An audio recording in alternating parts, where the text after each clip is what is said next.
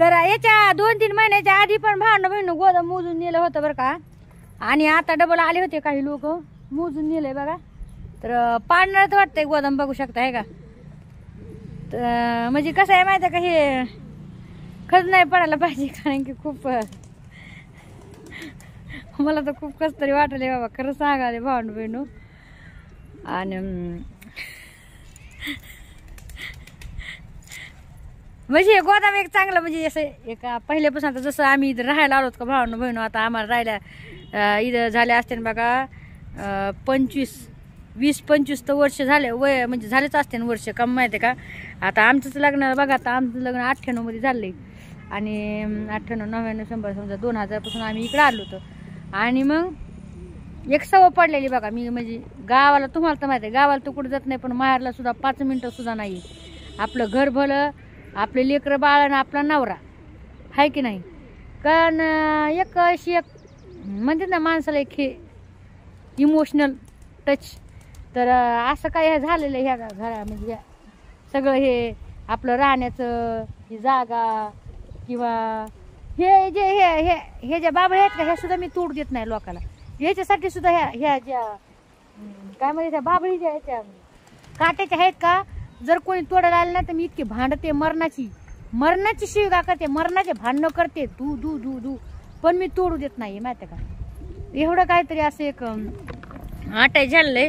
आणि आता तोडणारच म्हणते गोदाम, तर खूप वाईट वाटायला लागले भावनं बहिणू, खरंच सांगायला मला तर लय रडू यायला लागले, कस तरी वाटायला लागले. ठीक आहे बाबा, आपले काय अधिकार नाही त्याच्यावर, ती जागा याचीच आहे म्हणा, कशाची त्या काय म्हणते त्याला, तहसीलची जागा ही, पण म्हणते ते तोडून सही ना हापीस करायला लागले आहे. तर पण आता मी झाडं लावलेत ना भांडण बहिण, ओ माय गॉड.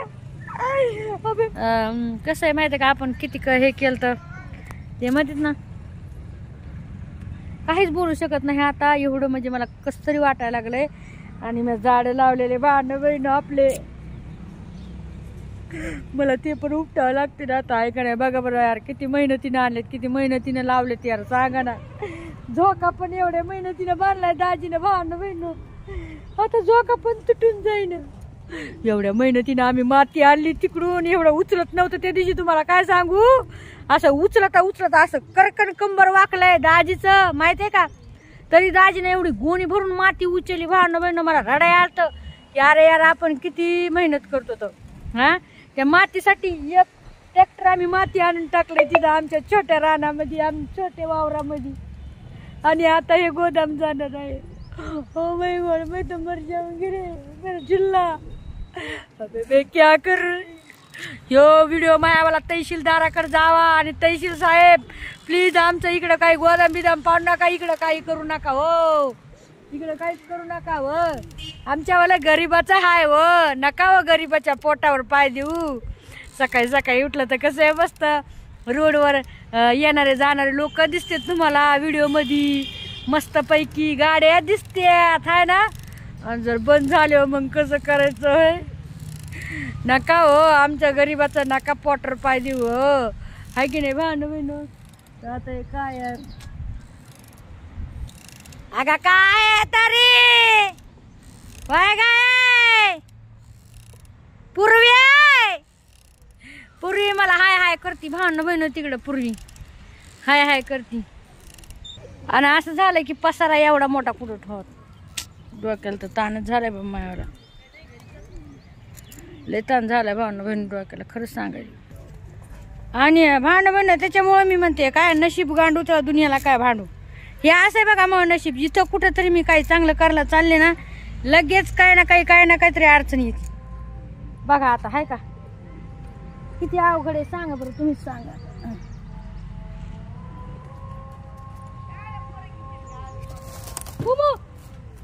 माय हो पडायला आलते हो माय, काय कर नाही हो माय, पडले असते आता जोरात, काटे घुसले असते की बसा.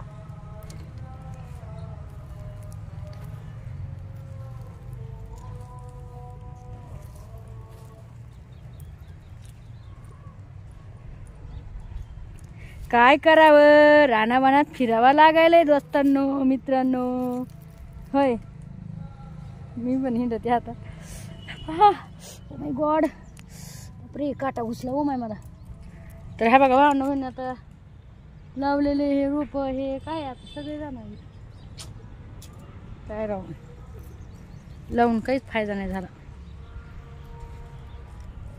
हे बघा इथं आपण लावलं होतं काय हे बघा हे कशाची आलीत बघा. हे आलंय आपलं काय कोथिंबीर दिसती का तुम्हाला कोथिंबीर अजून उगायला लागली. ही कोथिंबीर आली या बिया आल्या त्याच्या ते नाही का आपलं काय म्हणजे त्याला ते शेंदाडूचं लावलेलं आहे. बघू आता चला भावना बहिणी एक नक्की कमेंट टाका. लव यू सगळ्याला.